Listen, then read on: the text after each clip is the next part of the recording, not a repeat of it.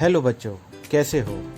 हमारी पिछली वीडियो में हमने मोमेंट्स के lesson number 4 in the kingdom of fools का भाग 1 पढ़ा। आज हम इस पाठ का भाग 2 पढ़ेंगे। अब तक की कहानी में हमने पढ़ा कि मूर्खों के राज्य में सारे काम उल्टे किए जाते थे। वहाँ के मूर्ख राजा और मंत्री ने दिन को रात और रात को दिन में बदलने का आदेश दिया। इस प्रकार लोग रात में काम करते थे और दिन में सोते थे। एक दिन वहाँ एक गुरु और चेला पहुँचे। उन्होंने वहाँ हर वस्तु का दाम 1 रुपया पाया। तब गुरु ने वहाँ से जाने का निर्णय किया, परंतु लालच में आकर चेला वहीं रुक गया और खा खाकर मोटा तगड़ा हो गया। एक दिन एक व्यापारी के घर में चोर ने सेंध लगाई, मगर दीवार उस पर ही गिर गई। अब मुकदमा शुरू हुआ और व्यापारी पर सारा दोष मढ़ दिया गया। व्यापारी ने मिस्त्री पर दोष लगाया कि उसने दीवार कच्ची बनाई। मिस्त्री ने नाचने वाली का नाम लिया कि वह उससे मोहित होकर दीवार बनाने में ध्यान न लगा पाया। इस पर जब बूढ़ी नर्तकी को बुलाया गया तो उसने इल्ज़ाम सुनार पर लगाया, जिसके कारण उसे बार बार मिस्त्री के सामने से गुजरना पड़ा। आखिरकार सुनार ने उसी व्यापारी के पिता पर दोष लगाया कि उसके पिता की वजह से नर्तकी के गहने बनने में देर हुई थी। तब राजा ने यह फैसला किया कि पिता की सज़ा उसके बेटे यानी व्यापारी को मिलनी चाहिए, और इस प्रकार उसने फांसी का फंदा तैयार करने का आदेश दिया। आइए अब आगे पढ़ते हैं in the kingdom of fools में क्या होता है। And he ordered a new stake to be made ready for the execution. As the servants sharpened the stake and got it ready for the final impaling of the criminal, it occurred to the minister that the rich merchant was somehow too thin to be properly executed on the stake. He appealed to the king's common sense. The king too worried about it. और उसने फांसी के लिए एक नया फंदा तैयार करने का आदेश दिया।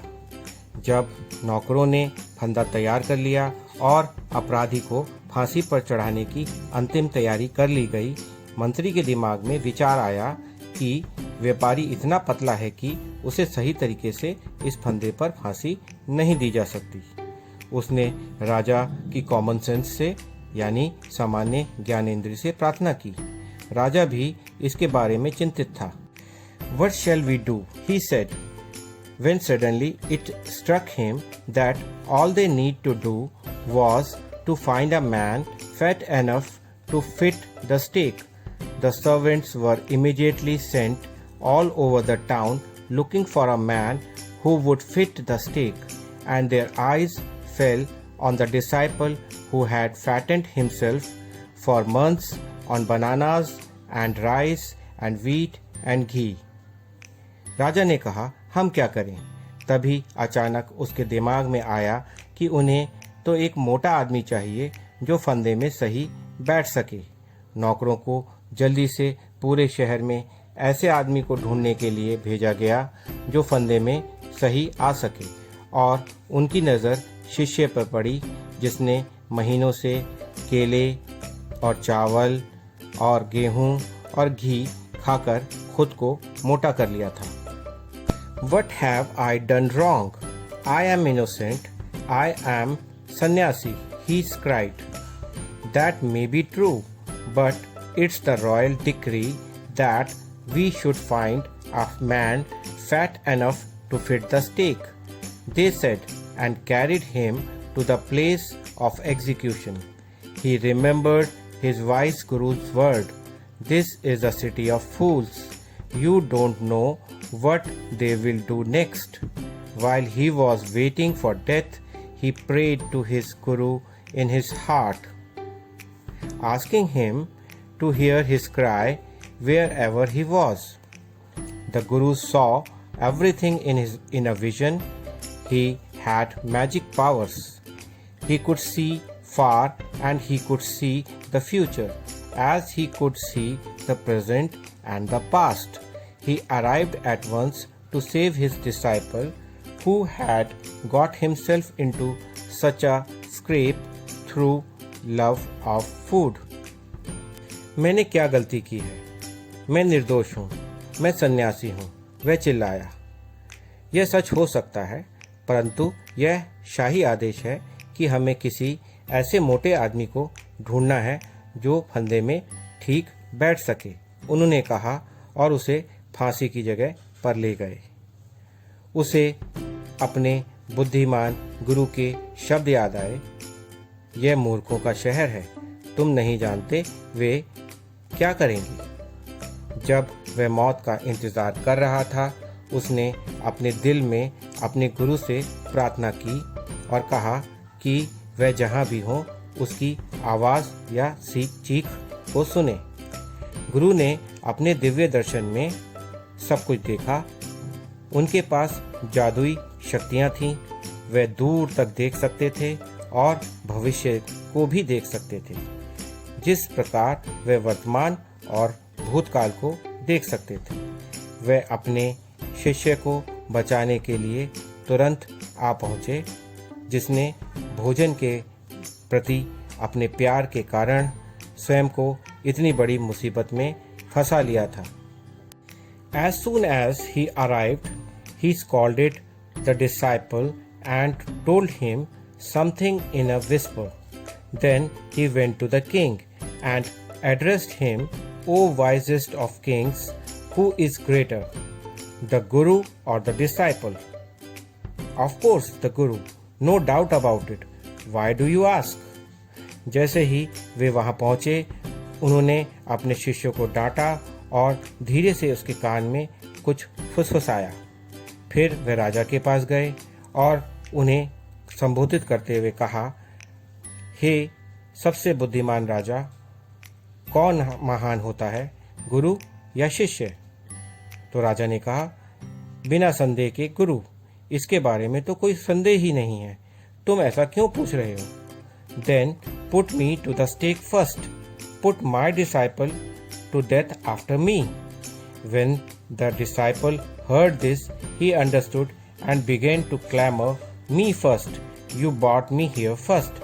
Put me to death first, not him. तब पहले मुझे सूली पर चढ़ा दीजिए, मेरे शिष्य को मेरे बाद मौत के घाट उतारा जाए। जब शिष्य ने यह सुना, वह समझ गया और शोर करने लगा, पहले मुझे आप यहाँ पहले लेकर आए थे, इसलिए मौत के घाट पहले मुझे उतारा जाए, उन्हें नहीं।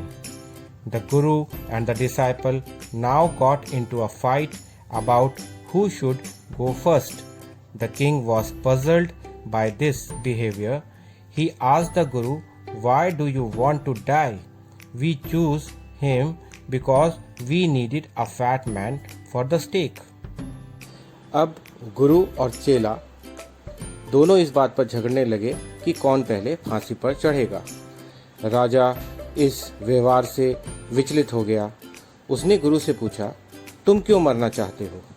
हमने उसे इसलिए चुना क्योंकि हमें फांसी देने के लिए एक मोटे आदमी की ज़रूरत थी। You should not ask me such questions. Put me to death first, replied the Guru. Why? There is some mystery here. As a wise man, you must make me understand. Will you promise to put me to death if I tell you? asked the Guru. आपको मुझसे ऐसे प्रश्न नहीं पूछने चाहिए, पहले मुझे मौत के घाट उतारा जाए। गुरु ने जवाब दिया, क्यों? यहाँ कुछ रहस्य है? एक बुद्धिमान व्यक्ति के नाते आप मुझे समझाइए, राजा ने कहा। क्या आप मुझे मौत के घाट उतारने का वादा करेंगे यदि मैं आपको बता दूं तो? गुरु ने पूछा। The king gave him his solemn word.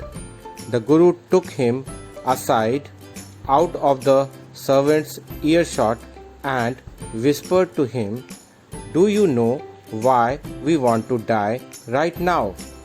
The two of us, we have been all over the world, but we have never found a city like this or a king like you.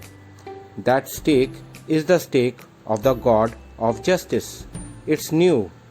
It has never had a criminal on it. Whosoever dies on it first will be reborn as the king of this country, and whoever goes next will be the future minister of this country. We are sick of our ascetic life. It would be nice to enjoy ourselves as king and minister for a while. Now keep your word, my lord, and put us to death. Me first, remember? तो राजा ने उसको पक्का वायदा किया। गुरु उसे एक तरफ नौकरों की सुनने से दूर ले गया ताकि नौकर सुन ना पाए, और वह उसके कान में धीरे से बोला, क्या आप जानते हैं कि हम दोनों इसी समय क्यों मरना चाहते हैं? हम पूरे संसार की यात्रा कर चुके हैं, मगर हमें इस तरह का शहर और आपके जैसा राजा कभी नहीं मिला। यह फंदा भगवान के न्याय का फंदा है। यह बिल्कुल नया है और इस पे पहले कोई अपराधी नहीं चढ़ा है। तो जो कोई भी इस पर पहले मरेगा वह इस देश का राजा के रूप में, इस देश के राजा के रूप में दोबारा जन्म लेगा, और जो कोई बाद में मरेगा, यह भविष्यवाणी है कि वह इस देश का मंत्री बनेगा। हम अपने सन्यासी जीवन से तंग आ चुके हैं। यह हमारे लिए सुखद होगा कि हम थोड़े समय के लिए राजा और मंत्री बनने का आनंद ले सकें। मेरे मालिक, अब आप अपना वादा पूरा कीजिए और हमें मौत के घाट उतार दीजिए, लेकिन याद रहे पहले मुझे। The king was now thrown into deep thought. He did not want to lose the kingdom to someone else in the next round of life. He needed time, so he ordered the execution postponed to the next day and talked in secret with his minister. It's not right for us to give over the kingdom to others in the next life. Let's go on the stake ourselves and we will be reborn as king and minister again. Holy men do not tell lies, he said, and the minister agreed. राजा अब गहरी सोच में पड़ गया। वह जीवन के अगले चरण में, मतलब दोबारा पैदा होने के बाद, अपने राज्य को किसी अन्य के हाथों में खोना नहीं चाहता था। उसे सोचने के लिए समय चाहिए था, इसलिए उसने फांसी को अगले दिन तक के लिए टालने का आदेश दिया और अपने मंत्री से एक गुप्त रूप से चर्चा करी। यह हमारे लिए सही नहीं है कि हम अगले जीवन में इस राज्य को दूसरे को सौंप दें।